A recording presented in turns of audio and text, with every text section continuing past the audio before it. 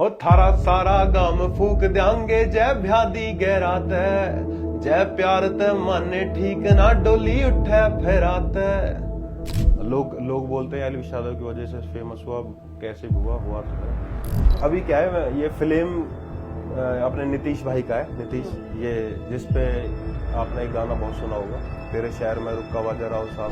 मारण की बात करे तेरे यार के, औकात बार रहे छोरा राव साहब के, मजाक थोड़ी है। तो अब एलविश को इतना फेम मिल गया है कि बिग बॉस भी अब यूट्यूबर्स को जिताना शुरू कर रहा है कि कहीं ना कहीं बॉलीवुड में भी एक डर बन गया है। जो एक हरियाणवी सिंगर है और जिसने मोस्टली सारे हरियाणवी सिंगर्स के साथ काम किया हुआ है, ये इकलौता आकाश दीक्षित। और कोई आप 100 मिलियन क्या, मैं कह रहा हूँ 10 मिलियन का गाना भी तो देखे देखो, फिर बात करेंगे, फिर मैं भी बात करूंगा। मैं हो सकता है फिर उसको खुद मैसेज करूँ, भाई बहुत अच्छा काम कर रहे हो। तो अभी तक तो आकाश दीक्षित को लग रहा है मतलब इनका रिकॉर्ड कोई ब्रेक नहीं कर पाया है। फरीदाबाद लेकिन फरीदाबाद की बोली को अगर किसी ने बड़ी पहचान दी है,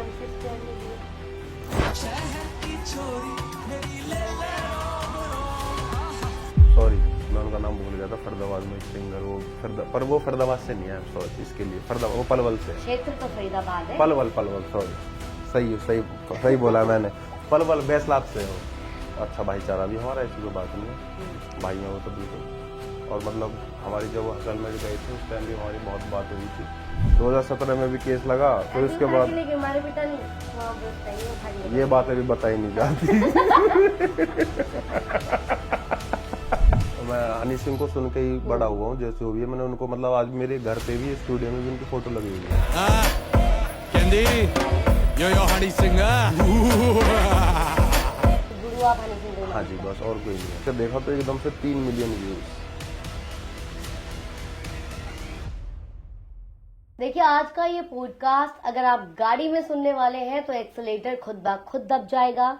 मेरा कहने का मतलब है कि पॉडकास्ट विद दीपा राणा का ये एपिसोड आज बहुत मजेदार रहने वाला है, क्योंकि आज के इस पॉडकास्ट में हम बात करेंगे प्यार से लेकर बदमाशी और असली की।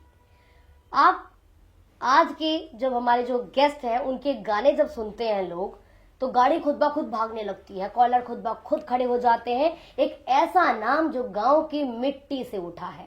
मेरे साथ इस पॉडकास्ट में बातचीत करने वाले हैं आज गैंग की भी, गैंग वॉर की भी, असले की भी और इश्क और प्यार की भी। वेलकम हरियाणवी सिंगर आकाश दीक्षित। राम राम जी मेरा हिंदुस्तान तहलका के सभी दर्शकों को। राम राम जी, कैसे हैं आप आकाश? मैं अच्छा हूँ जी, आप बताइए। बढ़िया। तो आपकी जिंदगी कैसे चल रही है अभी? जिंदगी जी बस अभी थोड़ी अच्छी चलनी स्टार्ट हुई है 2024 के बाद। सारा काम फूक देंगे। अभी तक क्या क्या फूक दिया है? अभी तो बस अच्छा चल रहा है थोड़ा। इंस्टा पे काफी लोगों ने सारे गांव फूक दिए। कुछ जो आकाश दीक्षित से जलने वाले हैं, ट्रोल करने वाले, फूक गए हैं कि नहीं फूके? वो तो फूकते रहेंगे जी, अब आगे आ गए ना, जो चीज अब आने वाली है सब फूकते रहेंगे वो तो। पहले कई सारे आपके गाने मैंने एक दो सुने, वो प्यार भरे भी थे, बोल लेन दे, लेकिन अब जो है सारे गाने ऐसे असले, बदमाशी, मतलब एकदम फायर। अब लोगों को पसंद है आजकल यार, ये इसमें क्या कर सकते। तो जो ये तो डिमांड एंड सप्लाई वाली बात है इस इंडस्ट्री में ना, जो लोगों की डिमांड होगी वो हमें सप्लाई करनी पड़ेगी। असली जिंदगी में भी ऐसी है आकाश दीक्षित? असली जिंदगी में तो सीधे साधे साधारण? असली जिंदगी में तो थोड़ा ज्यादा ही होऊंगा। थोड़े ज्यादा? असली जिंदगी से प्रेरित होकर ऐसे गाने बनाने लगे हो कि गानों से प्रेरित होकर असली जिंदगी में ऐसे हो गए हो? बस अब कुछ ही समझ लो। बस एक होते हैं ना जो गांव के अब लुंगाड़े होते हैं जो, हाँ। बस उनमें से एक था। मेरा तो कोई प्लान भी नहीं था इस इंडस्ट्री में आने का, तो लोगों का प्यार मिला तो बस कर रहे हैं इस चीज को भी। आकाश अपने बारे में थोड़ा बताओ कि कहाँ से रहने वाले हो, परिवार में कौन कौन है? मैं फरीदाबाद से हूँ, बिलोंग करता हूँ, ग्रेटर फरीदाबाद से। वैसे तो गांव का नाम है मेरा, लेकिन अभी सेक्टर बन चुका है वो, सेक्टर 102। अच्छा। हाँ। खुश हो सेक्टर बन गया अभी? हाँ जी बिल्कुल, तरक्की आ रही है पूरी, बढ़िया। जमीन जाने वाली कुछ दिन में। तगड़ा मुआवजा आने वाला है। क्या प्लानिंग है फिर जो मुआवजा आएगा उसके? प्लानिंग तो कुछ नहीं, प्लानिंग तो हमारे पापा ने कर रखी। पापा ने तो नहीं कह रखी है जी, बस जैसे जमीन का पैसा आएगा उसकी जमीन नहीं खरीदनी, 1 रुपया नहीं दूंगा तुझे मैं। अच्छा। तो इंतजार नहीं है फिर उसका? नहीं, उसका कोई इंतजार नहीं है जी। म्यूजिक इंडस्ट्री में कैसे, परिवार में से पहले भी कोई है? परिवार में से पहले कोई नहीं, परिवार क्या आसपास के पूरे क्षेत्र में से कोई नहीं था जब से मैंने काम स्टार्ट किया था। 2017 से पहले मैं कॉमेडी वीडियोस बनाता था। एक्चुअली मैं अपनी शुरू से बताता हूँ, मैं अग्रवाल कॉलेज बल्लभगढ़ से प्रेसिडेंट रहा हूँ, NSUI से। तो अपने को शुरू से बस ये था, मुझे भीड़ में नहीं दिखना, भीड़ से अलग दिखना है। कॉलेज खत्म हो गया, प्रेसिडेंट बन के भी थोड़ा अलग दिखा मैं भीड़ से। अपने नीचे बेशक एक बंदा रहे पर रहना चाहिए, मैं अकेला ही, पर किसी के साथ नीचे नहीं रहना, अपने यही था बस शुरू से ही।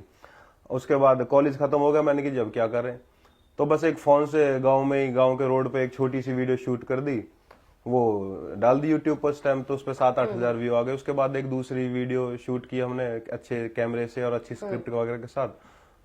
तो मैं शिमला गया हुआ था, मुझे डेट भी याद है, 31 दिसंबर की बात थी। तो 29 दिसंबर को हमने वो वीडियो पोस्ट की थी 2017 में। उसके बाद मैंने वहां पे शिमला में जाके देखा तो एकदम से 3 मिलियन व्यूज अच्छा वीडियो पे। कौन सी वीडियो थी? और मेरे साथ जो काम उसका था, तब टाइटल तब ऐसे चलते थे, देसी बॉय वर्सेस सिटी गर्ल, कुछ ऐसा करके नाम था उसका। तो अब मेरा अकाउंट वगैरह तो पहले ही ऐड था यूट्यूब पे, तो मैंने एकदम देखा, तो मेरे साथ जो वीडियो बनाता था मैंने देखा, उसमें से एकदम $450। मैं कह रहा मैंने किसी को बत्ती मत, घर जाकर पार्टी करेंगे। तो उसके बाद अपना एक बचपन से ये था बस कि मैं हनी सिंह को सुन के ही बड़ा हुआ हूँ, जैसे हो भी है। मैंने उनको मतलब आज मेरे घर पे भी, स्टूडियो में भी उनकी फोटो लगी हुई है। तो गुरु आप हनी सिंह को ही हाँ जी, बस और कोई नहीं है। हनी सिंह को गुरु मानने के पीछे क्या कारण है?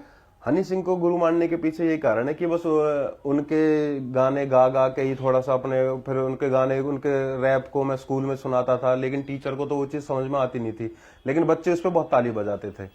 ऐसे ही कॉलेज में हुआ तो वही है जी, यही सुन के बड़े हुए। पिंड नावे नवे आए तो वे खिया ना रहे, कोठिया का रहा है, सेक्टर 17 है, यही सुन के बड़े हुए हम तो अपना वीडियो था ये था। फिर मैंने एक अनाउंसमेंट कर दी कि जिस दिन मेरे वीडियो से 1 लाख सब्सक्राइबर पूरे हो जाएंगे, 1 लाख सब्सक्राइबर, तो उसके बाद मैं अपना गाना लॉन्च करूंगा।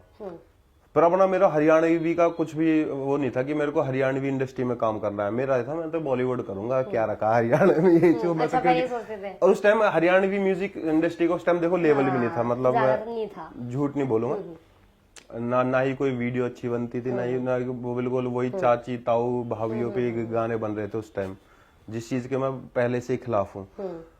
तो मैंने फिर 1 लाख सब्सक्राइबर हो गए जी हमारे कंप्लीट। तो फिर अब गाना करना है, अब गाना करने गए तो बहुत लोगों ने मेरी जेब भी काटी। उस टाइम तो मेरे को कोई नॉलेज नहीं क्या होता है। मैं करने तो गया था रैप, और एक दोस्त ने मिलाए थे मेरे साथ 20,000 रुपए। कितने एक रैप कितने में शूट होता उस टाइम? उस टाइम जी हमसे एक म्यूजिक डायरेक्टर ने लिए थे उस टाइम 35,000 रुपए, बस एक ऑडियो के। तो जो मेरे को दोस्त ने, जिसने, उसको भी मैंने कहा, मैंने कि तेरे को स्टार बनाता हूँ उससे। मैंने कहा तू 20,000 रुपए मिला, मैं इतने मिलाता हूँ। तो हम चले गए। अब हुआ क्या, उससे गाना गवा नहीं और रैप भी नहीं गवा। तो मैंने ऐसे ट्राई किया, तो म्यूजिक डायरेक्टर ने क्या, ओके आपकी आवाज में मतलब शूट कर रहा है गाना वगैरह, ठीक है। वो गाना तो मैंने हालांकि यूट्यूब से भी डिलीट कर दिया, क्योंकि वो एक सीखने के लिए ही था, मेरा कुछ ऐसा नहीं था उसमें, क्योंकि बहुत ही ट्रायल था वो। उसकी हुक लाइन भी ऐसी थी, मुझको पता है मैं लास्ट हूँ। कुछ मतलब पता है ना, नॉलेज नहीं थी कुछ भी, क्या स्टूडियो होते हैं हमने तो देखा नहीं। गांव से उठ के हमारे गांव में तो वही बोंगे बिटौड़ा, रोड भी नहीं था उस टाइम। तो जिस टाइम मैं स्टूडियो की बात कर रहा हूँ गया हूँ, तो फिर वहां पे रिकॉर्ड किया, वो गाना आया। लेकिन उस टाइम मेरे चैनल की रीच थी, इतने गंदे गाने को भी लोगों ने 1.5-2 लाख व्यू दे दिए थे उस टाइम। हाँ, पसंद आ रहे थे मतलब लोगों को, मतलब उन्हें ये था कि अब आकाश ने क्या निकाला है। हाँ, वो टाइम ये था। वो हालांकि मैंने फिर डिलीट कर दिया। फिर मैंने कहा यार क्या करूं। फिर उसके बाद मेरा पहला गाना था हरियाणवी यार का कारोबार, जो मैंने किया, तो उस पर लोगों का अच्छा रिस्पॉन्स मिला। मतलब लोगों ने कमेंट में रिस्पॉन्स, मैं कमेंट से देखता हूँ यूट्यूब का कि लोगों को क्या पसंद आ रहा है। तो उसमें मैंने अच्छा रिस्पॉन्स मिला। यार का कारोबार गाने का नाम था। उसके बाद मैंने एक प्रगति है ना अपने साथ, मृदुल अभी भी उनकी जो सिस्टर, उनको पहली बार स्टूडियो ले जाने वाला मैं ही था। हाँ, उनको स्टूडियो, उस टाइम मृदुल भी मेरे साथ था। तो प्रगति गई थी, फिर हमने एक गाना रिकॉर्ड किया हरियाणवी मैशर 2, पिया जी तेरी एक न मानूंगी, फिल्म चंद्रावल देखूंगी, उसकी लाइन थी। तो प्रगति ने जब फर्स्ट एज ए सिंगर वो गाना मेरे साथ ही गाया था उस टाइम। ग्रेटर नोएडा में उसकी हमने रिकॉर्डिंग की थी। वो गाना गया जी 1 मिलियन।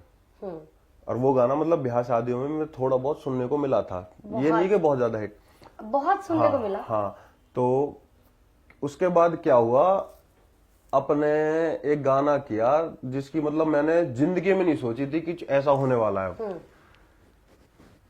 हरियाणवी मैशअप 2 जिसकी हुक लाइन तन्ने देखा कोई और साड़े का मोर बना दूंगा। जो भी ऑडियंस देख रही है इस लाइन से बहुत वाकिफ होंगी। मैं आज भी कहीं जाता हूं तो अगर मुझे खुद का इंट्रोडक्शन दे रहा होता तो मैं ये कहता हूं भाई ये गाना सुना है, तो इस गाने को कोई मना ही नहीं कर सकता कि नहीं सुना। ये गाना किया जी हमने, तो ये इतना टिकटॉक थी उस टाइम। इस गाने पे 5 दिन के अंदर अंदर 10 लाख से ज्यादा टिकटॉक वीडियोस बनी थी उस टाइम, और एकदम ग्लोबल बन गया ये लगा लो पूरा ये गाना।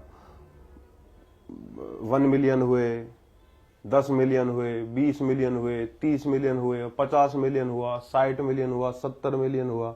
ये गाना रुका ही नहीं, फिर चलते।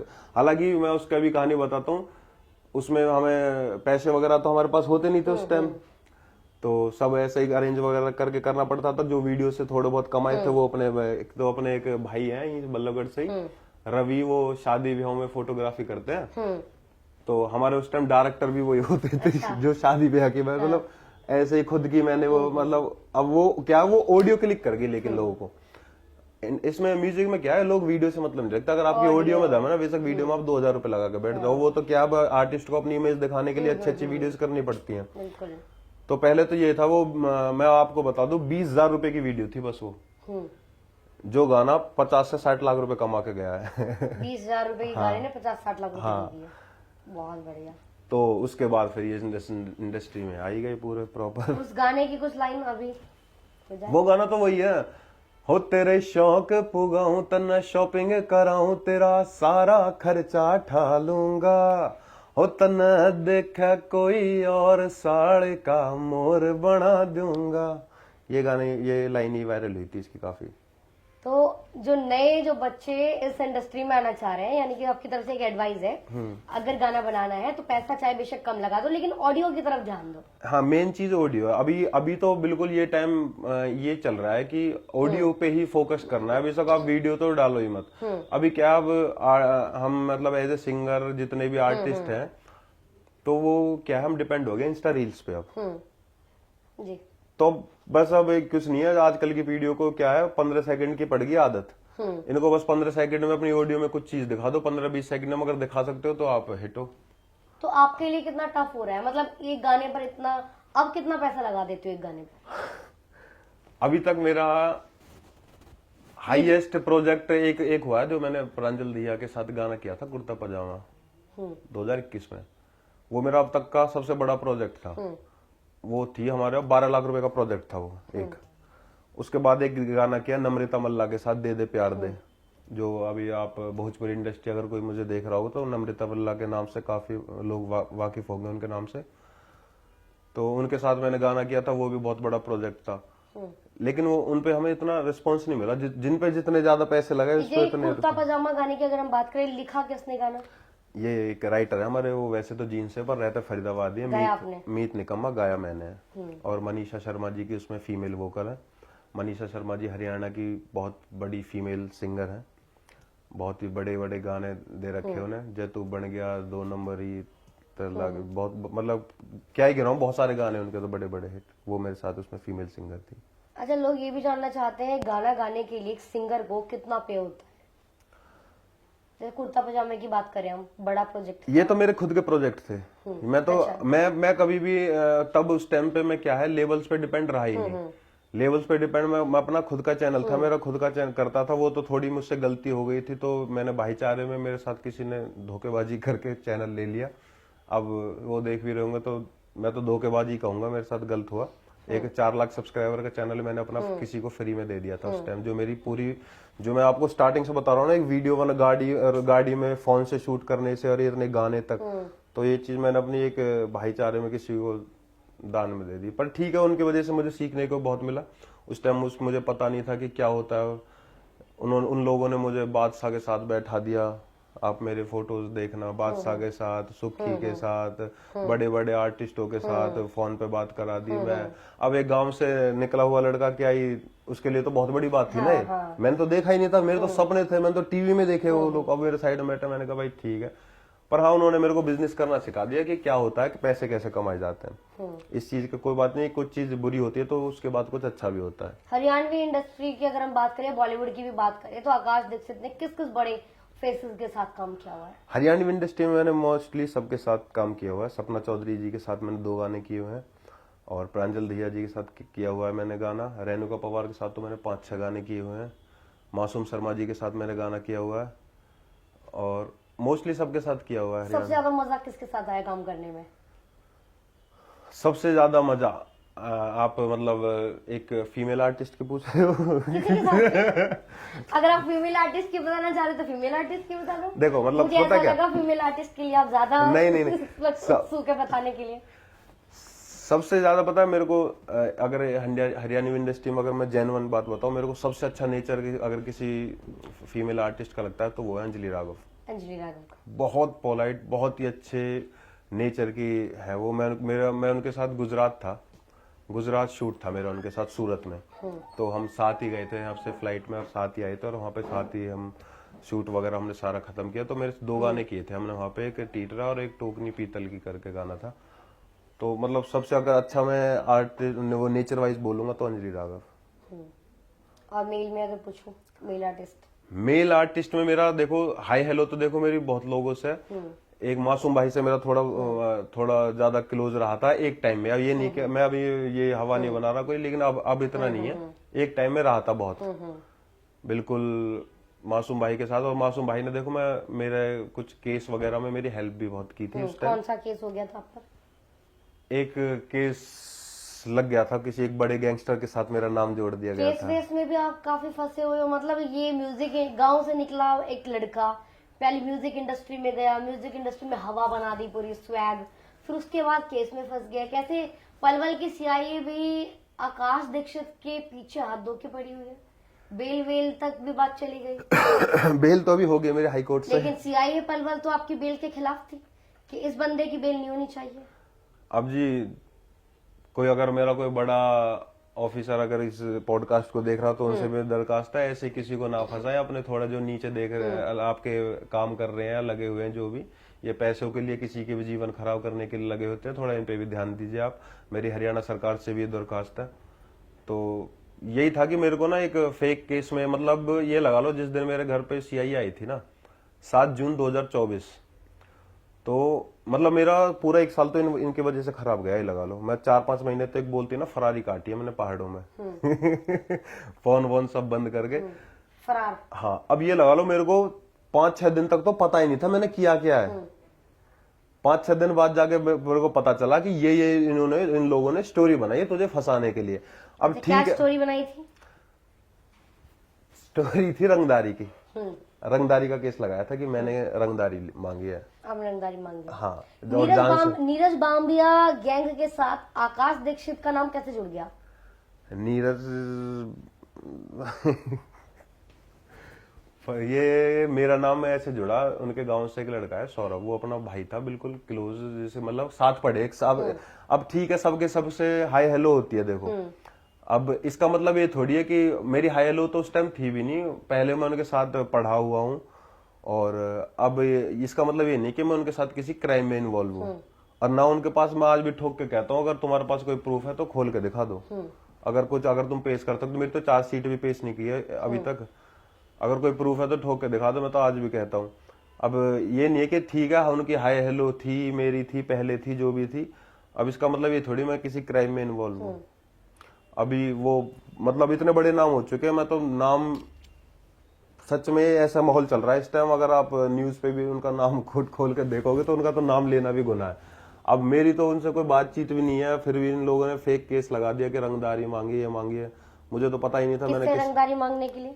ये टोल प्लाजा से। अच्छा, बड़ी गैंग वालों के साथ भी हाई हेलो तो मतलब है आकाश दीक्षित की? जी, अपनी किसी के साथ नहीं है, जिसके साथ था वो भाईचारा था। आपने तो कहा कि हाई हेलो तो है, इसका मतलब थोड़ी ना क्राइम में इन्वॉल्व हो, तो ये तो मान रहे हो आप हाई हेलो तो है? हाई हेलो थी, सॉरी, मैं अगर मैंने ऐसा बोला तो मैं अपने आपको करेक्ट करता हूँ। हाई हेलो थी। अब मेरा कोई किसी से वो जब यार, अब एक बात बताओ, आपके कोई भी फ्रेंड्स होंगे, कोई आज अच्छा काम भी कर रहा होगा, कोई बुरा काम भी कर रहा होगा। अब ये थोड़ी आप उसके अच्छे में भी साथ हो, उसके बुरे में भी उसके साथ हो।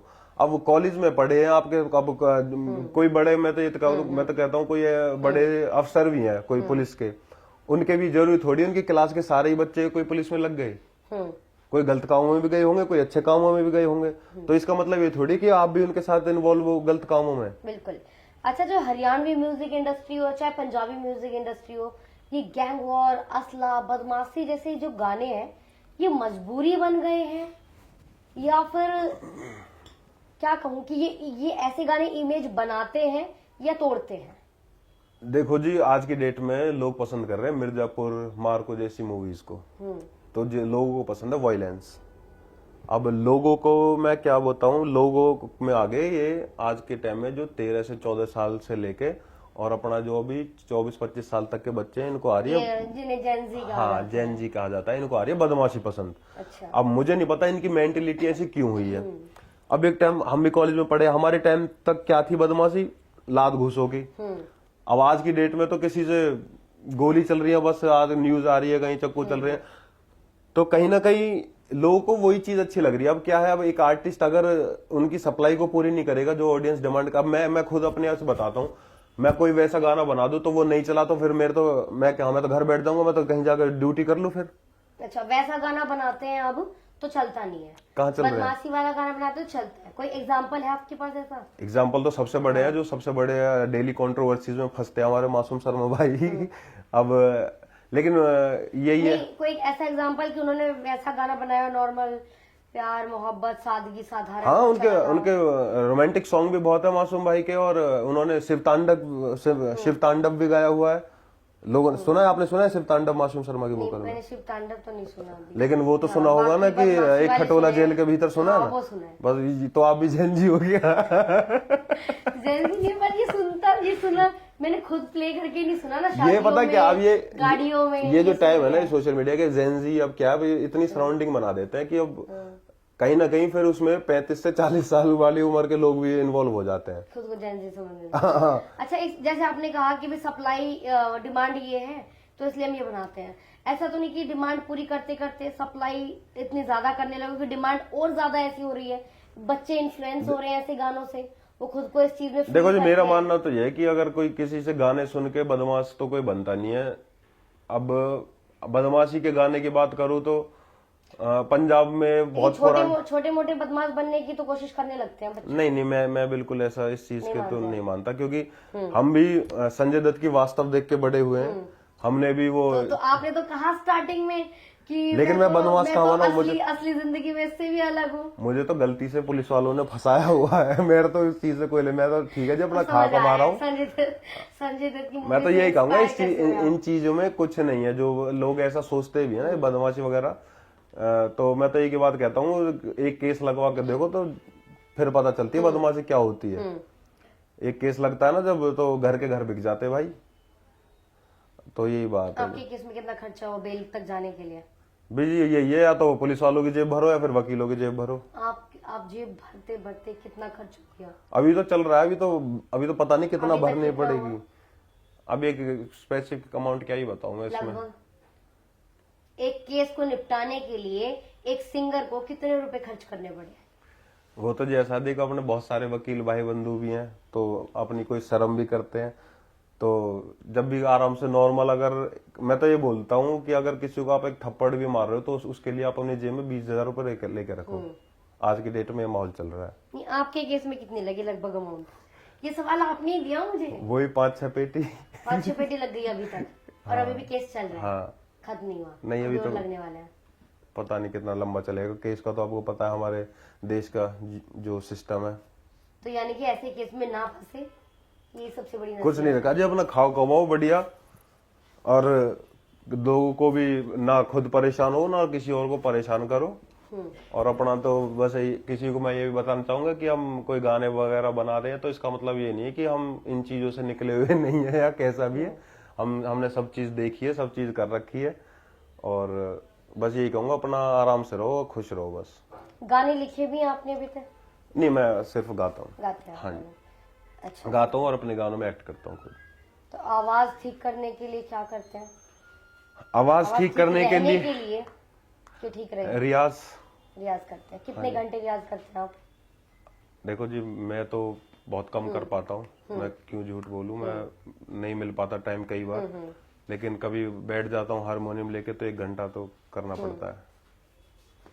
अच्छा, एक इल्जाम अब लगने लगा है हर म्यूजिक इंडस्ट्री पर कि आजकल के जो गाने हैं ना तो उनका कोई मतलब है ना उनका सर पैर है, जो इल्जाम लगता है, आरोप लगता है कि सिर्फ उसमें बदमाशी है, शोर है, हू हल्ला है।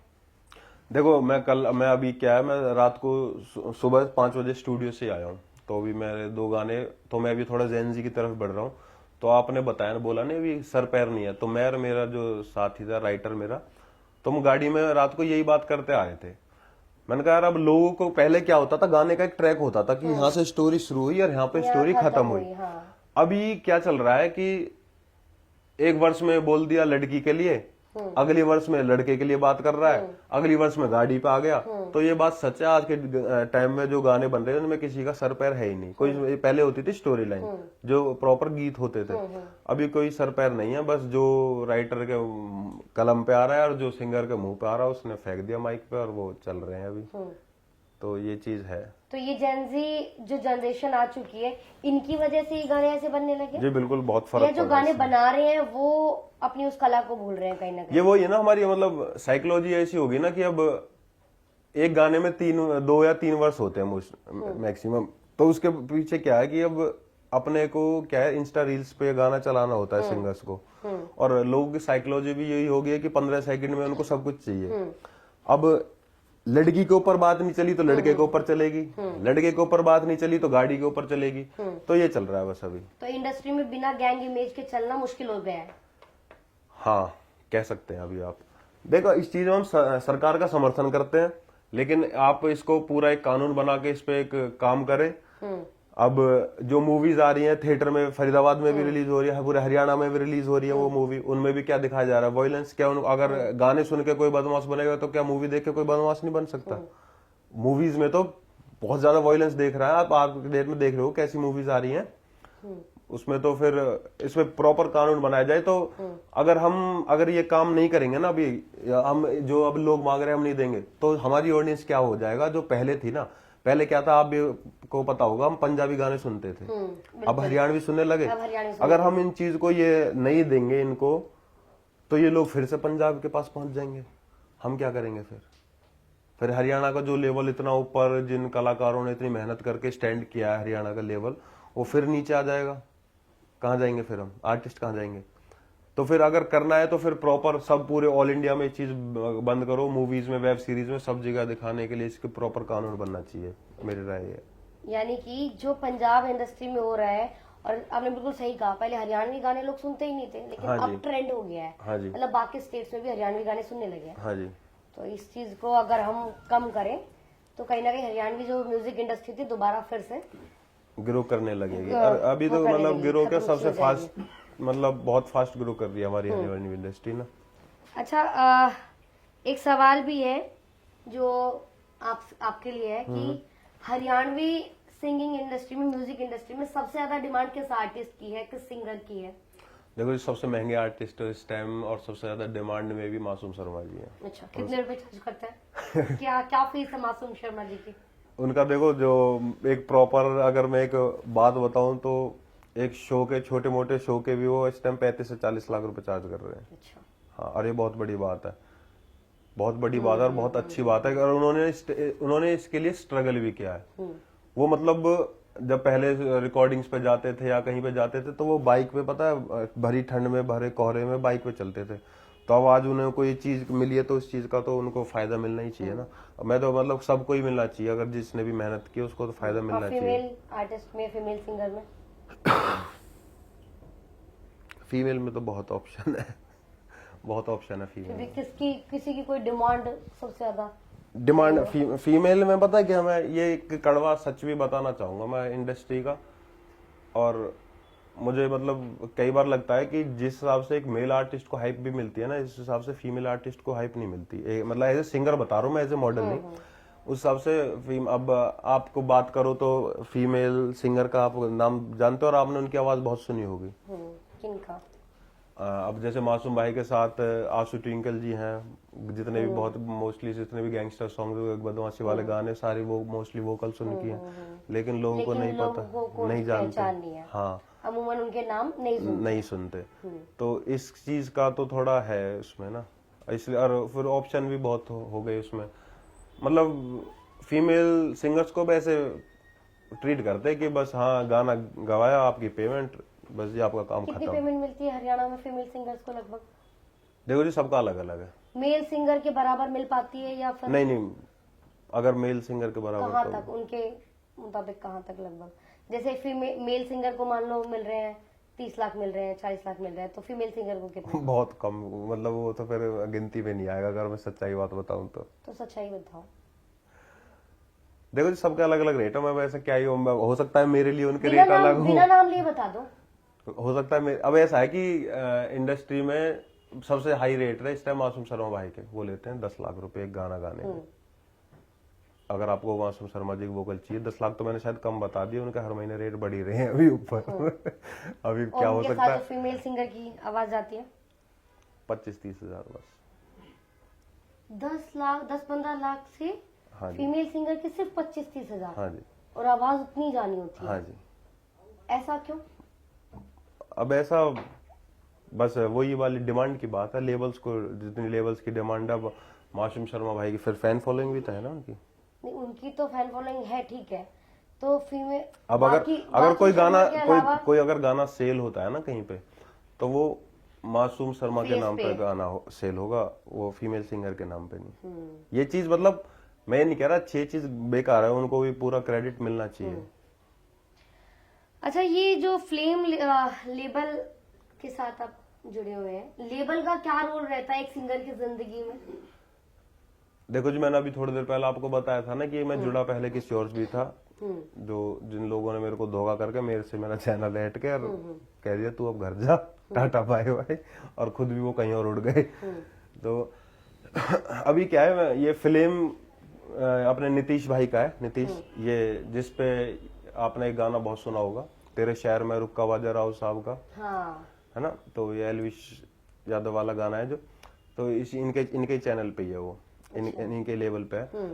तो ये बिल्कुल अपना साइन वाली तो बात है नहीं, ये अपना बिल्कुल अपना नीतीश से बिल्कुल भाईचारा है। और ये आज से नहीं, 4-5 साल से हम लोग उठ बैठ रहे हैं साथ में, तो ये मतलब बहुत सपोर्टिव है, मतलब एक तरीके से लगा लो बिल्कुल ब्रदर फ्रॉम अनदर मदर मानता हूँ मैं भी इस टाइम। और मेरे को मतलब एक होती है ना, एक अगर प्रोड्यूसर और आर्टिस्ट की बात करें तो लोग आर्टिस्ट प्रोड्यूसर के पैर पड़ते हैं कि हमें काम दो काम दो। एक मेरे पास ऐसा प्रोड्यूसर है, वो मेरे से कहता तू काम क्यों नहीं कर रहा, क्या क्या कमी है, पैसे की कमी है, क्या चाहिए, दूसरे देश में शूट करके आना, वहां करिया, मतलब ऑफर आ रहे हैं सामने से। उसके तरफ से मेरे को खुला एंड है। लेकिन पता क्या, मैं भी कुछ उसको अपना ये है कि उसका मैं भी ऐसे चाहता हूँ बस अगले का कोई मेरी वजह से कोई नुकसान ना हो, अपने जिसके साथ मैं जुड़ा हूँ तो मेरी वजह से कोई नुकसान ना हो। मतलब नितेश के साथ तो ऐसा, अगर अब भी कोई फोन कर दो तो 5 लाख 10 लाख रुपए 5 मिनट के अंदर मेरे अकाउंट में आ जाएंगे, इतना पता है मुझे। एलविश यादव के साथ कैसा भाईचारा है आपका? एलविश मेरा कोई भाईचारा नहीं है जी। अच्छा, एलविश की ग्रोथ जो देख रहे हैं आप अभी, एक यूट्यूबर से अब बॉलीवुड तक, हाँ जी, एलविश पहुंच चुका है, उसके पीछे आप क्या मानते हैं? भाई उसकी मेहनत है, मतलब मैं मेरा मतलब लोगों को मैं ये बोलता हूँ, उसने जिस भी चीज में हाथ डाला है ना वो सोना बन गई। तो या तो ग्रह नक्षत्र भी बोल सकते हैं, मैं खुद पंडित जी हूँ तो मैं ये चीज बोलूंगा। आते हैं आपको भी ग्रह नक्षत्र देखने? नहीं, मुझे बस वो गायत्री मंत्र के अलावा वैसे कुछ नहीं आता। तो यही है अपना, उसके मतलब है उसके अंदर चीज ना, और वो इकलौता ही ऐसा जिसने मतलब बिग बॉस जीतने के बाद, मैं तो ये कह रहा हूँ बिग बॉस वाले ने यूट्यूबर को जिताना छोड़ देंगे, अब इतना कर दिया उसने अब। और ये चीज आप देख भी रहोगे कई यूट्यूबर्स के साथ जो हुई है अभी रिसेंट में, वो अब कोई किसी यूट्यूबर को बुलाएंगे, अपना फेम खाएंगे, वो अपने टीआरपी लेंगे, उसके बाद उसको भगा देंगे। तो मृदुल के साथ भी यही हुआ? मृदुल के साथ यही हुआ, लोग उसको आए थे वोट कर उसके लिए, कैप्टन के लिए, और हो रहा था वो इविक्शन कैप्टन का, वो तो था तो कैप्टनसी टास्क। वही कटारिया के साथ हुआ था। कटारिया वाला एपिसोड वो सीजन मैंने नहीं देखा। मैंने अगर बिग बॉस की बात करूँ तो मैंने 2-3 सीजन ही पूरे देखे हैं। तो अब एलविश को इतना फेम मिल गया है कि बिग बॉस भी अब यूट्यूबर्स को जिताना छोड़ देगा, कि कहीं ना कहीं बॉलीवुड में भी एक डर बन गया है बॉलीवुड में पूरा डर बन गया है जी। क्या मतलब वो वही वाली बात है कि वो चाहते नहीं है ना कि वो तो वही है एक बाप और बेटे वाले सीन चलता है वहां पे तो ज्यादातर। नेपोटिज्म। हाँ नेपोटिज्म चलता है वहां पे, अपनों लोगों को काम देना, वो चाहते हैं कि हमारा ही राज रहे। लेकिन अब ओटीटी प्लेटफॉर्म की वजह से, सोशल मीडिया प्लेटफॉर्म की वजह से बहुत लोगों को मौका मिल रहा है। आपने कभी कोशिश की बॉलीवुड में एंटर करने की? अपना कोई एम भी नहीं है। अभी तो आपने बोला था ना पहले स्टार्टिंग में एम था बॉलीवुड में जाने का। अभी कोई एम नहीं है। अभी कोई एम नहीं। हाँ। अच्छा, म्यूजिक इंडस्ट्री की वजह से एक सिंगर को, एक आर्टिस्ट को क्या कुछ सेक्रीफाइस करना पड़ता है? आपने क्या अपनी जिंदगी में खासकर म्यूजिक इंडस्ट्री की वजह से कुछ सेक्रीफाइस करना पड़ा? बहुत चीज सेक्रीफाइस करनी पड़ती है जी। मैं तो ये कहूंगा जिनके घर में एक आर्टिस्ट है ना, तो एक आर्टिस्ट को पालना बहुत बड़ी बात है। मतलब ये मैं एक रियलिटी बता रहा हूँ आपको, एक आर्टिस्ट को उनके माँ बाप के लिए उनको पालना बहुत बड़ी बात है। अब इस चीज में आप एक चीज बताओ, अगर कल को हमें सक्सेस नहीं मिलती तो क्या अब मेरी वो चीज मैं कहीं जाके जॉब कर सकता हूँ? नहीं, क्योंकि आपका पूरा ये मतलब एक knowledge ऐसा है। दलदल है, अगर एक बार इसमें घुस गए ना तो बैक स्टेप मेरे ख्याल से तो है नहीं। अगर इसके बाद आपको नहीं हो पाता है कुछ अच्छा, तो फिर मतलब बहुत बड़ी बात हो जाती है। हाँ, कभी आपको लगा ऐसे? मेरी लाइफ, मतलब मेरी लाइफ में क्या, सबकी लाइफ में अप डाउन तो चलता है, सबकी में आता है वो मेरे ख्याल से ना। लेकिन एक ये इंडस्ट्री ऐसी भी है, अगर आप इसमें मेहनत करोगे ना, अगर आप कंटिन्यू करो बस एक चीज को, मैं आप लोगों को भी ये बोलना चाहूंगा कि एक चीज के पीछे लग जाओ। अगर आप उस चीज में सक्सेस ना हो तो उस चीज के रिलेटेड आपको कोई चीज बिजनेस दे जाएगी, उस चीज के रिलेटेड आपको कोई ना कोई चीज आपके हाथ पकड़ लेगी। और इसमें आज तक अगर किसी के पास टैलेंट है ना, तो वो बंदा तो रुक ही नहीं सकता, कितना ही वो लगा लो। अगर किसी के पास टैलेंट है, अब बहुत से होते हैं कि पैसे के दम पे को चल रहे हैं, या बहुत से, तो मैं किसी का नाम नहीं लूंगा, अपने हमारे क्षेत्र में भी बहुत हवाबाजी करते हैं बस खामा खाए की। कौन है क्षेत्र में? बहुत फरीदाबाद में कौन है ऐसे हवाबाज? मैं नाम नहीं लेता किसी का, किसी को इतनी क्या पता वो फुटेज, सीख जाए। किसी को इतनी फुटेज नहीं देनी। फुटेज नहीं देनी, सिखाए, अब क्या पता सीख जाए कुछ। आपकी नजर में ऐसा है कोई कि अगर वो आपके साथ ऑन टेबल बैठ के तो कोई बहुत बड़ी हवाबाजी कर रहा है, लेकिन ऑन रिकॉर्ड बात करो ना, ऑन रिकॉर्ड क्या है तेरे पास, है कोई ऐसा? कितने मिलियन पॉडकास्ट मैं कर रही हूँ, मैं सवाल करूंगी, देखो सवाल पूछने का हक अभी मेरा है, राइट मेरा है। कितने मिलियन है ऑन टेबल? अब बहुत लोग ऐसे हवाबाजी करते हैं खामा खाई की, तो वो तो पैसे के दम पे चल रहे हैं, या फिर लेकिन टैलेंट की बात आएगी तो फिर कहाँ है? अगर मेहनत करो बस एक चीज में लगे रहो। फरीदाबाद से भी हैं कुछ सिंगर? मैं नहीं मानता, फरीदाबाद में कोई सिंगर नहीं है, सिर्फ आकाश दीक्षित। सिर्फ आकाश दीक्षित है, जो एक हरियाणवी सिंगर है और जिसने मोस्टली सारे हरियाणवी सिंगर्स के साथ काम किया हुआ है, और ये इकलौता आकाश दीक्षित, और कोई नहीं है। अभी हमने कुछ दिन पहले एक इंटरव्यू किया, एक पॉडकास्ट किया था, फरीदाबाद से है सौरभ पंडित। सौरभ पंडित, मैं जानता हूं उनको, मतलब बहुत पहले, अभी बहुत पहले जानता था। दोबारा वो कम बैक कर रहे हैं। कमबैक? तो पहले वो आए हुए थे क्या? पहले थे ना, पहले जानते थे, अब बीच में कहीं नहीं, कमबैक उसका होता है जो पहले कम किया हो किसी ने, मतलब वो तो इंडस्ट्री में कभी था भी नहीं मेरे ख्याल से। तो गाने तो किए हैं, रोहतक वाली गाने तो फरीदाबाद में कोई 200 लोग कर रहे हैं, गाने करने में क्या है? तो आप नहीं मानते कि फरीदाबाद में आपके अलावा कोई है अभी सिंगर? देखो सिंगर तो बहुत है, एक मैं कहूंगा एक आर्टिस्ट बहुत है, सिंगर बहुत है, लेकिन एक हरियाणवी आर्टिस्ट है जिसने प्रॉपर, मैं तो मतलब अब इस चीज में लोग बोलेंगे कि घमंड की बात कर रहा है, ये कर रहा है, लेकिन ऑन टेबल आप बात करो ना, 100 मिलियन का गाना दे के दिखाओ। आप 100 मिलियन क्या, मैं कह रहा हूँ 10 मिलियन का गाना भी तो देखे दिखाओ, जब फिर बात करेंगे, फिर मैं भी बात करूंगा। मैं हो सकता है फिर उसको खुद मैसेज करूं, भाई बहुत अच्छा काम कर रहे हो। तो अभी तक तो आकाश दीक्षित को लग रहा है मतलब इनका रिकॉर्ड कोई ब्रेक नहीं कर पाया है फरीदाबाद में। बाकी और आगे देखते हैं। हरियाणवी इंडस्ट्री में मतलब वो लोग अपने आप को हरियाणवी इंडस्ट्री में काउंट ना, मैं आपको एक चीज और बताता हूँ अपने यहाँ की। हमारे फरीदाबाद में आपको पता है हमारी ब्रिज बोली, मैं एक इकलौता आर्टिस्ट ऐसा हूँ जो फरीदाबाद में होगा। अगर आप मेरे गाने सुनोगे या फिर मैं किसी के उधर साइड मतलब कि अपना रोहतक वाला जो दूसरी बेल्ट है वहां की बोली खड़ी बोली है, वहां पे जितने भी आर्टिस्ट होंगे ना, आप मैंने उनको भी अपने गाने सुनाए हैं। कोई ये नहीं कह सकता कि ये फिर ये ऐसे लड़के ने गाया जिसको ये भाषा ही नहीं आती, जिसकी वो टोन ही नहीं है। अब भी मेरे मतलब जितने भी आप गाने सुन लो, और इस चीज में मैं मतलब अपना क्रेडिट देना चाहूंगा मेरे राइटर को, वो एक्चुअली जीन्स से है, तो उसने मेरे ऊपर इस चीज में बहुत काम किया है। तो अपने जो फरीदाबाद है इसको हरियाणा में गिनते ही नहीं है, इसका यूपी के हैं ये तो। और ये चीज तो मेरे साथ मतलब खूब हुई, लोग वहां जाके भाई कहाँ से, फरीदाबाद से, अच्छा यूपी में पड़ता है, अरे मैंने भाई हरियाणा है।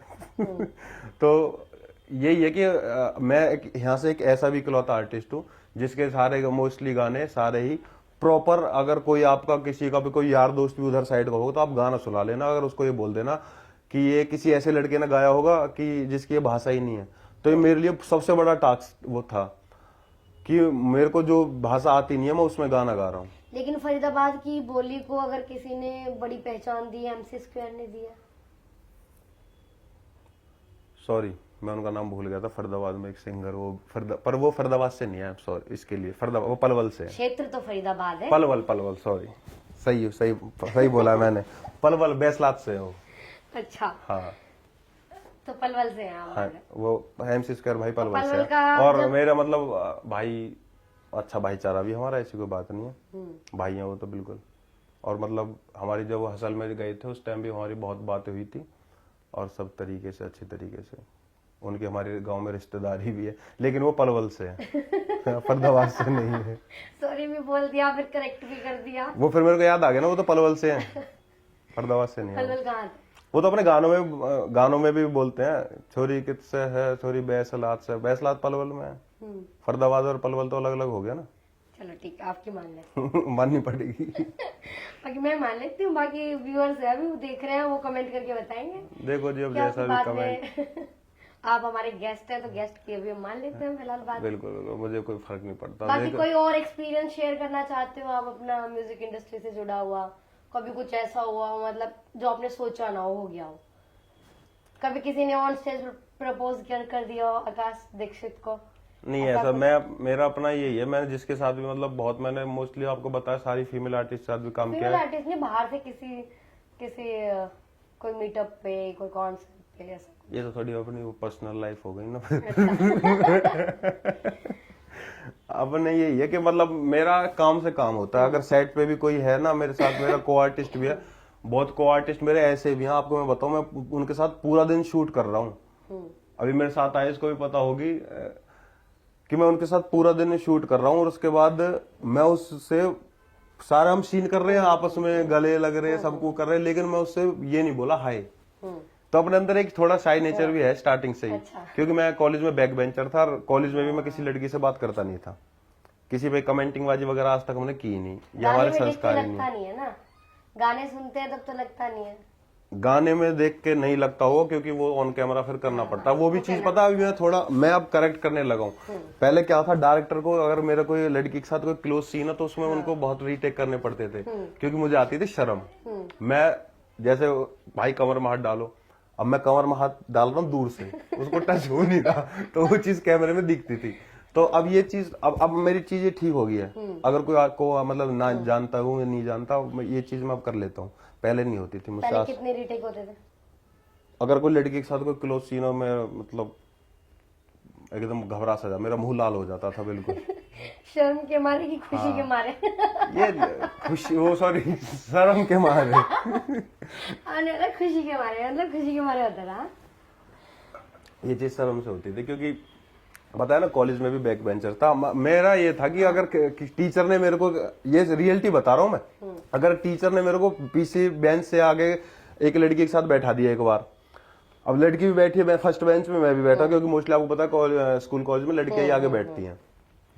तो मैं अपना ये था कि होशियार होती है ना, मैं लड़की से बिल्कुल ऐसे होकर बैठा हूँ बेंच में बिल्कुल कोने में, और पीछे से मैं अपने दोस्तों को देख कर हंस रहा हूँ। तो अपना यही था स्टार्टिंग में, मतलब लड़कियों से थी नहीं बातचीत ना अपना, कि लड़कियों के साथ कोई ग्रुप रहा ना ये रहा, बस शुरू से ही शर्म आती थी बस। तब धीरे धीरे करना पड़ता है। हाँ, अब तो काम है, काम कीजिएगा आप। ऐसा कोई एक्सपीरियंस जब शौक तो बड़े हुए हैं, क्योंकि जब म्यूजिक इंडस्ट्री में आ गए हो तो आपको अपनी लुक पे भी ध्यान देना पड़ता है, ड्रेसिंग सेंस पे भी, वो स्वैग वाली लाइफ आपको कैमरे के सामने दिखानी भी पड़ती है कि शौक बड़े हैं और पैसा उस वक्त जेब में है नहीं, लेकिन कोई ऑप्शन नहीं है। देखो अप डाउन तो जी सबकी लाइफ में चलते ही हैं, और ऑप्शन की बात ऐसी है कि जब मैं खुद करता था तब तो, अब क्या है मैं करता हूँ लेबल के साथ काम। अब तो अपन जाते हैं एक घर से बस एक जैकेट पहन के और वैनिटी वैन में जाके बैठ जाते हैं, वहाँ पे लोग आते हैं, सर क्या लोगे, चाय, रेड बुल, तो हेयर स्टाइलिस्ट, डिजाइनर, सब कुछ वहाँ पे कुछ बैठे बैठे सारा काम हो जाता है अब तो उस टाइम प्रॉब्लम होती थी, जब स्टार्टिंग में स्ट्रगलिंग फेस में प्रॉब्लम हुई थी काफी। अब अपना कोई नहीं, अब तो बस वैनिटी वैन में बाहर फोटो लगा हुआ था आकाश दीक्षित, और इसमें अंदर जाना होता है और आराम से बैठ के अपना। तो एक सिंगर एक लेवल तक पहुंचता कैसे है? काम करके। मतलब कैसे लेवल अप्रोच करता है? लेवल अप्रोच करता है। आपको कैसे अप्रोच किया फ्लेम लेवल ने? मैंने बताया ना, उससे तो मेरा भाईचारा था। हाँ आपने बताया भाई। हाँ उसके मतलब फिल्म भी मैं आपको बताता हूँ, नितेश भाई है जो अपने, वो भी बिल्कुल मिट्टी से उठ के खड़ा हुआ है वो बंदा ना। उसने मतलब एक जो जिस चीज को, जैसे मैंने अपनी जर्नी बताई ना, जिसको किसी चीज की नॉलेज नहीं थी, वो भी बिल्कुल मिट्टी से अब इतना बड़ा गाना दिया उसने, यादव ब्रांड, इतना बड़ा, इतने बड़े, बहुत मतलब मैं तो कहता हूँ इंडिया में ऐसा कोई नहीं होगा जिसने उसके लेवल का गाना नहीं सुना होगा। बिल्कुल। अच्छा तो जैसे, हाँ बताओ। लोग बोलते हैं एलविश यादव की वजह से फेमस हुआ, कैसे भी हुआ तो है, पैसे तो हमारे नीतीश भाई नहीं कमाए हैं।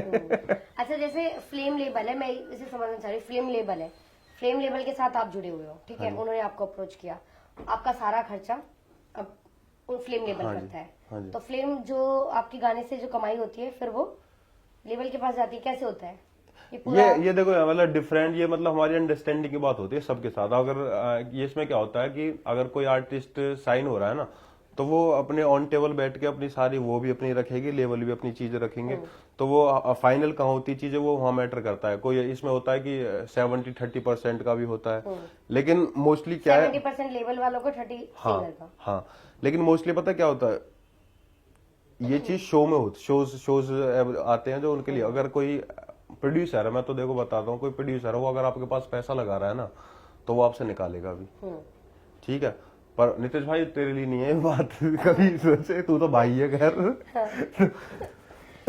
तो इसमें क्या है, प्रोड्यूसर अगर पैसा लगा रहा है तो वो निकालेगा भी फिर पैसा आपसे, तो इसमें अंडरस्टैंडिंग होती है कि आप इसमें आपका कितना परसेंट पे क्या बन रहा है, आप कहाँ तक ओके करते हो उस चीज पे। ये आप कितना कमा लेते हो आप लगभग? ये चीजें नहीं बताई जाती, नजर लग जाती है। ये तो है, लगभग थोड़ा बहुत अमाउंट तो बताए नहीं बताऊंगा मैंने जिस दिन मेरे YouTube से मैं जो बच्चे आना चाह रहे हैं इस म्यूजिक इंडस्ट्री में, उनको पता तो चल भाई बहुत पैसा है, बहुत घर वालों को कन्विंस करने में आसानी मिल जाएगी, बहुत पैसा है भाई आकाश दीक्षित इतना कमा रहा है, मम्मी हम भी अगर जाएंगे तो हम भी इतना कमाएंगे। अगर आप इसमें सक्सेस करते हो तो बहुत पैसा है, बहुत, मतलब आपको पूरी लाइफ अच्छी लग्जरी लाइफ भी जियोगे तो आपको कमाने की जरूरत नहीं है। नजर की बात मैं बता रहा था ना, जिस दिन मेरी फर्स्ट पेमेंट आई थी ना यूट्यूब से, मैं बताया था मैं शिमला में था, तो मैंने क्या किया, अपने पूरे कुनबे में 1-1 किलो के रसगुल्ले के डिब्बे बांट दिए। अब मेरी मम्मी मुझसे लड़ा कि अब देखियो तेरी नजर लग जाएगी, अब तेरा कॉम ना चलेगा, यूं ना अब तेने पूरे कुनवा में गा दी, यूं बात कर दी, यूं कर दी, मतलब मैंने मोहल्ले में बांट दिए पूरे। मैंने खुशियों में मेरी पहली पेमेंट आई है उस टाइम। हाँ पता है, मैंने कॉलेज के बाद मैंने जॉब भी की थी 1 महीने। अच्छा। हाँ। पहले इस वाली बात को कंप्लीट करते हैं कि नजर लगी, फिर नजर लगी हाँ, अगला गाना, लेकिन फिर मम्मी ने वो गंडा बनवा दिया था, नजर का ऐसी माँ टोक उतारे तो उतर जाती है। माँ, एक डांडा भाई का भी एक गाना आया था, उसमें लाइन है ना, मेरी माँ जीव है मेरा राम को नहीं मारा, कुछ वो इस टाइप से, मतलब माँ तो माँ ही होती है। बिल्कुल। अच्छा आपने जॉब भी करी? मैंने जॉब भी करी कॉलेज के बाद। कॉलेज में एक इससे केस मेरे पे पहले भी लगा था 2017 में। वो भी क्या, किसी गैंग वैंग में? वो था यारी दोस्ती के ऊपर। अच्छा, वो थी 307 लगी थी तो मुझ पर हाफ अटेम्प्ट टू मर्डर। हाँ वो भी फरीदपुर से ही लगा था। फरीदपुर में जो गैंग है उससे पहले से ताल्लुक आपके? वो तो उस टाइम तो साथ पढ़ रहे थे ना हम लोग। अच्छा ये वही? हाँ वही। तो उन्होंने कहीं गोली बोली चला दी, उसमें मेरा नाम आ गया, तो घर से सुबह जी 5 मैं कहीं से आया हूँ, मेरे को सुबह 5 बजे कमरे में पूरा घर घेर लिया सीआई वालों ने। एकदम रूम में आता ही मेरा छोटा भाई उठाया, आकाश। मेरा छोटा भाई एकदम सो को उठा, उसने कहा मैं तो नहीं हूं आकाश, आकाश वो सो रहा। मैंने कहा मैं खड़ा हूँ, मेरे को उठा के ले गए जी। तो 2017 में भी केस लगा। फिर उसके बाद मारे पिटा नहीं वहां पर उस टाइम, ये उठा के ले ये बातें भी बताई नहीं जाती। ये बातें भी बताई नहीं जाती। तो उसके बाद पता है क्या, फिर घर वालों ने क्या किया कि भाई अब तो लड़का हाथ से निकल रहा है, अब तो लफंडर गर्दी में चल रहा है फुल, अब क्या करो, अब भाई तू ड्यूटी लग जा, हम ना हमारे बस की ना हो तो खर्चा झेलना। बात शादी नहीं हुई। अब उन्होंने कह दी फिर शादी की बात कहाँ से जाते, गांव में तो पुलिस आ रही है डेली। गांव वाले रिश्ता होंगे, चुगली हमारे गांव में चुगली बहुत हो है एक दूसरे की। चुगली वाले बहुत बैठे, अब रिश्ते नहीं हो पाते। क्या फलाने के तो पुलिस आई पकड़ना, यू बात वो बात। तो क्या हुआ फिर, ड्यूटी लग गई। घर वालों ने कह दी भाई हमारे बस की ना हो, क्योंकि केस वेस में आप पता पैसा वैसा दे के छूट काम है, बिना पैसा दे तो ना छूट है। तो उसके बाद क्या हुआ, घर वालों ने कर दिया हाथ खड़े। अब मैंने की चलो कोई नहीं, मैं गया डोम पीज नाम तो क्या ही लूं, चलो नाम वो तो बंद ही हो गया, नहीं डोमडी था जब बल्लभगढ़ में, नहीं सॉरी 3 सेक्टर में पिज्जा हट। डोमडी में मैं इंटरव्यू देने गया था, लेकिन वहां पे मेरा सिलेक्शन ही नहीं हुआ। पिज्जा हट 3 सेक्टर में मैं गया इंटरव्यू देने, तो वहां पे मेरे को ओके कर दिया कि आप अभी से ज्वाइन कर लो। मेरे को बिल काटने पे बैठा दिया और मेरे को एक सफेद सी टोपी पहना दी। तो मैं बिल काट रहा हूँ, लोग अच्छी अच्छी लड़की आ रही है वहां पे पिज्जा खाने के लिए, भैया ये लगा दो वो लगा दो। मैं भैया बोलती तो काम बिगड़ गया। अब मेरे मन में आई यार, मैंने कहा आकाश तू ये नहीं है जो यहाँ बिल काट रहा, तू ये जो पिज्जा खाने आते हैं। मैंने कहा सर मैं थोड़ा वॉशरूम करके आता हूँ। मैं बाहर गया और बैठ ऑटो में सीधा घर। अच्छा चले गए, छोड़ दी। फिर उसके बाद घर वालों के ताने फिर से स्टार्ट। फिर उसके बाद मैंने एक होम क्रेडिट कंपनी है, मैंने गुड़गांव ज्वाइन किया। लोगों के घर से किस्त उगाने का काम था मेरा। तो जी क्या हुआ, 7 दिसंबर को मेरी वहां ज्वाइनिंग थी और 31 दिसंबर को मैंने मतलब पूरे 7 दिसंबर से 31 दिसंबर तक मैंने अच्छे से काम किया। मेरे को एक टैब वगैरह दे दिया, तो मेरा किस्त का मेरा डेली लोगों के घर से पैसे इकट्ठे करना और 16 सेक्टर बैंक में जाकर जमा करना, मेरा ये काम था। उसके बाद क्या हुआ कि 31 दिसंबर को दोस्त भाई न्यू ईयर की पार्टी करते हैं, तो पार्टी करने चले गए। और ये चीज टीएल वगैरह होते हैं, आपको पता है टीम लीडर कंपनीज में। अब मेरा टीएल फोन कर रहा है कि भाई तू वहां से किस्त उगा के नहीं लाया। तो ना मैंने की जी मैं गया, मैं क्या था मैं फोन कर लेता था, जो दे रहा तो ठीक है, ना दे रहा तो मैं क्यों ही जाऊं वहां पे। तो वो कह रहा भाई तू वहां पे फोटो खींच के दिखा। अरे मैंने की सर गांव में कौन सा अंधेरे में फोटो खींचूं। अब मतलब गाली तो मैंने उसको इतनी गाली, मैंने अपनी धर्मशाला अपने पास रख, मुझे नहीं करनी जॉब वॉब। और उसमें वो थी एमएनसी कंपनी, उसमें आप वो कंपनी आपको खुद से निकाल नहीं सकती। तो फिर 2-3 दिन बाद फोन आ रहा है, भाई प्लीज रिजाइन देने आ जाओ ना। मैं चला आता हूँ। फिर मैं वहाँ पर रिजाइन दिया, फिर वहाँ पे 2-4 महीने घर रहे, फिर अपनी वीडियोस वगैरह में लग गए। जब तक आपका कोई इरादा नहीं था म्यूजिक का, तो बहुत बाद इरादा हुआ है। तो पहले आप गाने वाले, अच्छा आपने बताया हनी सिंह के गाने गाते थे आप स्कूल में भी, कॉलेज में भी। हनी सिंह, हाँ। मुझे लगा आप रानी सिंह बोल रहे हो। मैंने कहा ये कौन सी आर्टिस्ट आ गया। हनी सिंह, हाँ जी। रानी दिमाग नाम में के दिमाग अच्छा, में चल रहा था, मतलब नहीं रानी आपके में चल रहा होगा। अभी अनु भाई गए थे ना पॉडकास्ट देखे, अनु भाई देख रहे हो। नाम होम मिनिस्टर का यहाँ दिमाग में रह गया। अच्छा आपने हनी सिंह के बारे में बताया था, उनसे जुड़ा एक सवाल भी मैं करना चाहूंगी। हनी सिंह किस तरीके से इस पूरी म्यूजिक इंडस्ट्री से आउट हो गए थे, नशे की लत में, और फिर उन्होंने वो बताया भी, एक्सेप्ट भी किया कि कैसे उन्हें नशे ने अपनी गिरफ्त में ले लिया, नशे के वो इतने आदी हो गए जब पता देखो मैं एक चीज आपको बहुत कड़वी चीज बोलूंगा मैं। जो म्यूजिक इंडस्ट्री है ना, ये इसमें नशा बहुत ज्यादा है। लोग मतलब बहुत आर्टिस्ट हैं ऐसे कि मतलब हर तरीके के मतलब सूखे नशे करते हैं जो। और एक गढ़ तो ऐसा है पंजाब में, उसका भी नाम नहीं लूंगा, मतलब वहां पे पहले रहते थे पंजाब के लोग ज्यादा, अब रहने लगे वहां पे हरियाणवी आर्टिस्ट। तो मैं तो जब मेरा काम पड़ता रहता, मैं जाता रहता हूँ, मैं लोगों को देखता हूँ, वहां पे बस 2 ही चीज चल रही है, लिव इन रिलेशन और नशा। उन लोगों का बस ये है। और सूखे नशे, और लोग अब वो बर्बाद होने वाले हैं, मतलब होने लगे हैं। बहुत आर्टिस्ट ऐसे जो, और ये चीज पंजाब इंडस्ट्री से आई थी। क्योंकि हरियाणा में जो ज्यादातर आर्टिस्ट नशे से बर्बाद हो रहे हैं वो पंजाब इंडस्ट्री। मैं कह रहा हूँ आर्टिस्ट तो भी ऐसे ऐसे भी हैं कि जो बहुत अच्छा काम कर रहे हैं और लोग उन्हें जानते नहीं है, और लेकिन वो अब वही वाली बात है, वो गलत ट्रैक पे पहुंच रहे हैं और नशा कर करके वो अपनी चीजें खराब कर रहे हैं। आर्टिस्ट ऐसे भी हैं कि जो जब तक उनको नशा नहीं हो वो काम नहीं कर सकते। ऐसे आर्टिस्ट हैं। म्यूजिक डायरेक्टर होते हैं, मैंने बहुत लोग से मिला हूँ, मैं म्यूजिक कराता हूँ तो उनको कहता भाई वाइब नहीं आ रही अभी। मैंने भाई वाइब कैसे आएगी, देखा अभी माल फूक के आता हूँ। और किस तरीके का कौन कौन सा नशा करते हैं? सब ड्रग्स, कोकेन, गांजा, मेरे को तो नाम भी नहीं पता, हैज वगैरह सब ये आता कहाँ चीज। से? पंजाब से? पंजाब बिकता तो यहाँ भी है, लोगों के पास तो यहाँ भी बहुत आ रहा है।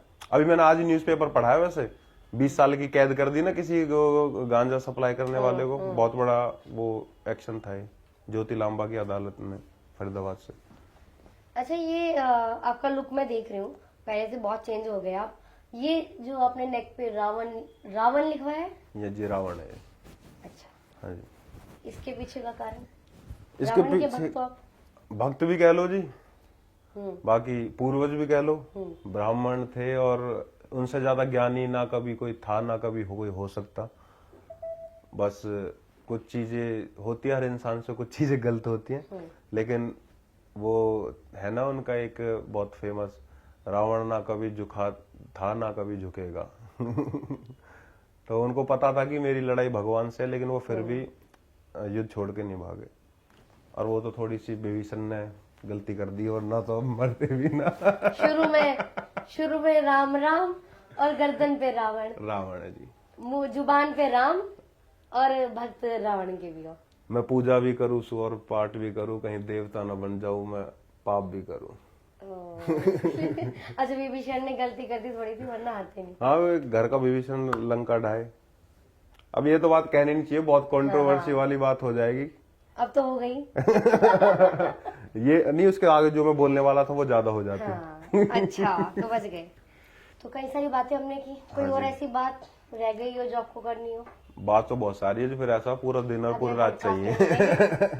अगले पॉडकास्ट में मिलेंगे और फिर दोबारा बात करेंगे बहुत सारी, जब आपके कुछ अपकमिंग गाने, कुछ अपकमिंग गाने के बारे में कुछ बताना चाहोगे? कोई रिवील? अपकमिंग गाने जी मेरे प्रॉपर हिप हॉप में आ रहे हैं, एक यार ऑन टॉप और फास्टैग गाने का नाम है। और गाने आपको जल्दी सुनने को मिलेंगे, और हो सकता है किसी बाहर दूसरी कंट्री में तो खैर नहीं मिल पाएंगे, शायद मेरे पे केस लगा हुआ ना, तो मेरा वीजा नहीं, अब तक तो मैं दुबई में गाने शूट किया था, ये भी मेरे को बहुत प्रॉब्लम हुई है, मेरा वीजा नहीं लगता ना। क्योंकि मेरे पे एक हाई कोर्ट ने एक ठप्पा दे दिया, वो एक धारा होती है 400 कुछ करके या 500 कुछ करके, कि उसमें आप देश छोड़ के नहीं जा सकते। तो वो लगी हुई है, देखते हैं। बाकी गाने तो आएंगे ही बाहर, ना तो इंडिया में तो शूट होंगे ही। तो इंतजार है हम सभी को कि जब आकाश दीक्षित के नए गाने आए तो उन्हें सुनेंगे हम। बिल्कुल। कि आपको पॉडकास्ट कैसा लगा? पॉडकास्ट करके बहुत मजा आया, और ये मेरा पहला पॉडकास्ट था। पहला पॉडकास्ट? हाँ, मैंने आज तक कहीं पॉडकास्ट किया नहीं। Thank you. तो देखिए, ये बहुत सारी बातें कर ली आज हमने, और मैंने पहले बताया था कि आज का ये पॉडकास्ट बहुत मजेदार रहने वाला है, क्योंकि इसमें हर तरीके की बातें होने वाली है। और ये पॉडकास्ट इसलिए भी खास है क्योंकि ये पॉडकास्ट हम इसलिए नहीं दिखा रहे कि बहुत आप ये सोचो कि बहुत हाई फाई है, नहीं। ये पॉडकास्ट इसलिए खास है क्योंकि एक ऐसा लड़का जिसने पहले जॉब भी करी, किस तरीके से वो म्यूजिक इंडस्ट्री में गया, उसने खुद को किस तरीके से बड़े बड़े म्यूजिक आर्टिस्ट, बड़े बड़े सिंगर्स के साथ सेट किया, और अब खुद उन आर्टिस्ट के साथ परफॉर्म करते हैं, खुद उन म्यूजिक में, वो उन गानों में दिखाई देते हैं, और अब किस तरीके से एक नए ट्रैक के साथ दोबारा आपके सामने भी आने वाले हैं। जैसे इन्होंने बताया, कुछ जेनजी स्टाइल, कुछ हिप हॉप स्टाइल, जाने की हमें कुछ नया भी मिलने वाला है। आकाश दीक्षित के गानों के थ्रू हमें हरियाणवी म्यूजिक इंडस्ट्री में कुछ अलग सुनने को मिलेगा, ट्विस्ट। मतलब जो अभी तक आकाश दीक्षित को आप सुनता हो, आप बोलोगे कि ये तो कोई और सिंगर अब शायद नया अब ऐसा काम करेंगे। तो हम रेडी हैं, आप कितने रेडी हो मुझे कमेंट करके बताना। और आपको पॉडकास्ट कैसा लगा, इस पॉडकास्ट का सबसे बेस्ट पार्ट कौन सा लगा वो भी मुझे बताना। बाकी अगले पॉडकास्ट में हमारे गेस्ट कौन हो वो भी मुझे बताइएगा। फिलहाल अभी हम नेक्स्ट पॉडकास्ट की तैयारी करेंगे, और कुछ बातें जो रह गई है वो नेक्स्ट पॉडकास्ट अधूरी बात है, जो बातें बताई नहीं जाती उनको करेंगे फिर। जाते जाते कोई गाने की लाइन के साथ एंडिंग। रिवील नहीं करते, वो पता है कि फिर आप गारंटी ले तो पहले- कॉपीराइट चोरी नहीं होगा।